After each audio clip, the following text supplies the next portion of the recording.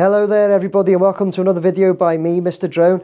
Today we're going to just have a look at quite a lot of screenshots that have been sent to me recently. I think there's about 20 or so altogether, so I'm going to keep this intro quite short. It's all based on the roofing system that one of my subscribers, David Badcock, who puts a lot of content into my channel, that I am grateful for, and I'm sure a lot of you are as well. But David's taken some time to put a lot of screenshots together with a lot of text detailing what they are, showing the roofing system and where they're up to with the roof and what goes in to putting the roof together on the stadium. Okay, so let's get to it, because like I said, there's quite a lot to get through.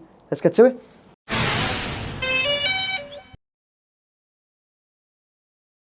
Okay, so the very first image here is an image looking at the back of the west stand, and you'll see the text at the bottom. And I'll just read it out. I'm not going to take any credit at all for the text or content in these. I've just put it together upon David's request as well. So I've just put it together. Okay, so I'll just read out the text for you so you can have a good look at it. This one says that this is an approximation of how the finished roof will look, and the base screenshot is taken from Mr. Drone's recent weekend video. The naturally anodised aluminium barrel cladding has been discussed at length recently, so most people will recognise it here on the front edge. Note how it extends right out to the curved edges at the north and south ends, which requires some odd, partial and non-standard shapes to be fitted. Note also how it rises above the line of the gutter, where the gutter ends short of the end of the barrel roof, and will be blended in with the aluminium standing seam roof layer at those extreme ends. The blue line represents the gutter, which is already present. Note that the barrel cladding is hooked onto the leading front edge of the gutter. That's leading front edge of the gutter, and the standing seam layer overlaps the gutter a bit. This is harder to read out than I thought it would be. The dark grey lines on top of the standing seam roof layer represents the walkways that will be in place, with some already installed on the north stand roof. Note how there is a circular walkway around the edge, particularly just near the gutter. The black lined and dark grey filled area on the south stand roof is where the solar array / PVs will be located, on top of the standing seam roof. The purple line is the east to west expansion gap, which can be seen with double small steels. It's where the barrel cladding halted on the northeast corner, and will be likewise next up on the northwest corner. Okay, the next one says the permanent gutter already in place is shown here highlighted in blue. It does not extend to the very ends of the barrel roof. All of the water that lands on the top roof will be directed to either the east or west gutters by the very nature of the east to west aluminium standing seams and the sloping gradient. The rainwater will be reclaimed and will be used for toilet cisterns and watering the pitch.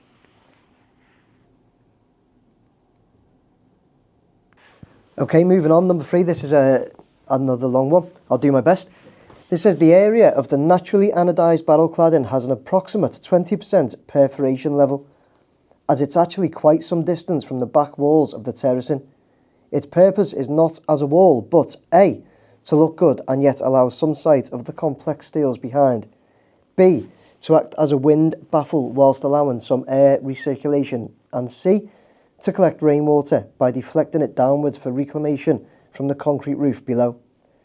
It is installed such that it nudges up to the leading edge of the gutter, here shown as a blue line, where the gutter lies, but it rises up further to meet up with the standing seam roof at the extreme north and south ends.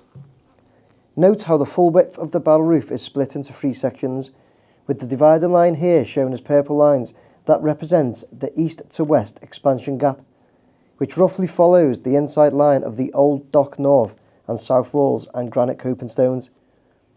This is a reflection of how the different forces / weights sit on either the old dock surrounds or the infilled, impacted and piled sand that was used inside the dock. Okay, this one shows refers to the south stand here, and it says the areas on the south stand roof shown here as 2 black lined dark grey areas are where they will install the PV panels, in brackets solar array, on either side of the central walkway, At the innermost point, they will be up to the ancillary east to west gutter between the base of the raised mitered polycarbonate roofing and the aluminium standing seam roof. Their outermost point will be close to where the south stand outer walkway passes. The eastern edge of the area will align with the innermost edge of the north to south polycarbonate roof on the east stand. The western edge of the area will align with the innermost edge of the north to south polycarbonate roof on the west stand. Okay, on to the next one here. It says, on the standing seam roof there is a network of walkways, with each reach here highlighted with a green dot, with rails to one side of them. Roughly speaking, each stand has a walkway to the innermost area of the standing seam roof and then one to the outermost, with the north and south stands having a midline linking walkway. There is an ancillary gutter that traverses the north and south stands in an east to west alignment, extending from the join of the raised mitered polycarbonate roofing and the standing seam roof across to the main barrel-shaped gutters. I'll just give you another 10 seconds to have a little look at those areas highlighted in green. Okay, and on to the next one. These screenshots from this point forward are explaining the different layers, but I'll go on to explain here. So as it says, this is number 1, an introduction, which says some viewers have started questioning the time it's taken to complete the roofing without, perhaps, fully understanding the complexity. This series of screenshots, all from Mr. Drone's library, attempts to at least explain the complexity in simple, not too technical terms. Without access to detailed technical drawings or plan specifications, this is having to rely on observations from the very first layering of the north stand back in July 23 until the 2nd of March 24. Okay, number 2, zones. This recent view of the east stand roof from the southeast corner is useful to explain. Firstly, the whole top roof is not treated as one. There are 3 different zones which radiate outwards from the centre of the stadium. Each zone has either different materials or different numbers of layers of the materials. 1, the innermost raised mitered area. 2, the inner area of the standing seam roof. And 3, the outermost area of the standing seam roof. The next screenshot will show these zones. Here we go, number 3, zone 1 highlighted in yellow. This is the innermost area and is raised and mitered. This has only a single layer of celled clear polycarbonate panels which obviously act as a cover from rainwater, but it also allows more light into the stadium. It may, to a small degree, refract light downwards, which would help the pitch. It's likely to be the form of polycarbonate that has a PTFE surface, which will help keep it clean. Okay, zone 2 highlighted in orange. Zone 2 is the middle zone and is the innermost area of the standing seam roof. It has fewer layers than zone 3 as it needs less sound insulation. It comprises of 1, the base layer of multi-layered corrugated polycarbonate panels which may contain glass fibre for strength. The corrugated channels run north to south. 2, a layer of metal battens holding the base layer and providing structure for the next layers up, laid east to west. 3, plastic sheeting, affixed by clips to the underlying metal battens. 4, a layer of north to south metal battens. 5, a layer of rolled out insulation that sits in the channels created by the previous layer. And 6, the aluminium standing seam layer, which across the whole roof runs east to west so that rainwater drains to the gullies located between it and the barrel roof. Okay, zone 3, highlighted in red. Zone 3 is the outermost area and is the most complex in terms of materials and numbers of layers, as it requires the most sound insulation. It comprises of 1, the base corrugated polycarbonate layer. 2, metal battens laid east to west. 3, a layer of insulation, plugs or cartridges inserted into the channels of the corrugated base layer. 4, another layer of insulation in shallow cubes placed between the metal battens of layer 2 over the flat insulation infilled base layer, resulting in an overall flat filled area. 5, a layer of plastic sheeting which may be a laminate with a form of foil laminate. 6, a layer of pins to secure the plastic sheeting but to provide a structure for the next layer. 7, a layer of north to south metal battens for the 2 final layers. 8, a layer of insulation which is rolled out in between the north to south metal battens. And 9, the aluminium standing seam final skin. As with zone 2, the standing seam lies in an east to west direction, which then directs the rainwater to the east and west gutters, which run along the top of the barrel roof.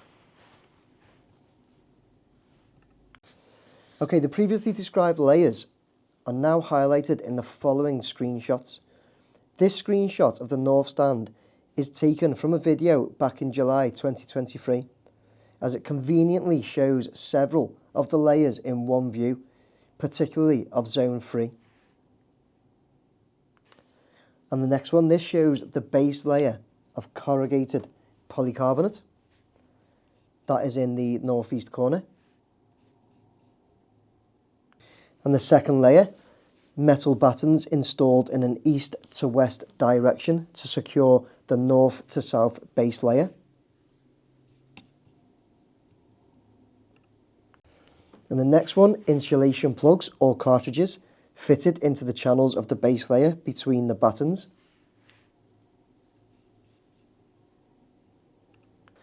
And then the second layer of insulation in cuboid pads inserted in between the battens and over the previous layer.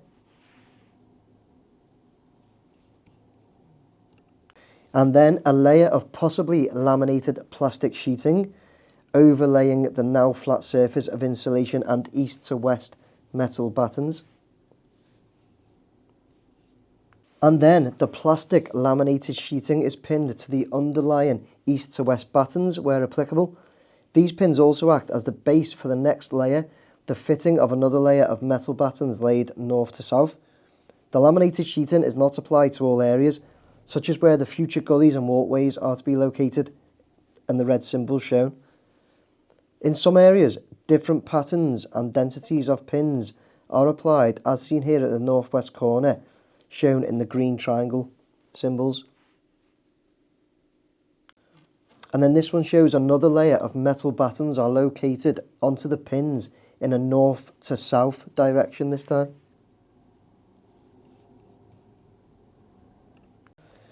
And then another layer of insulation is added in between the north to south metal battens by rolling it out from the packs we can see shown here. And then finally, the skin is added in an east to west direction.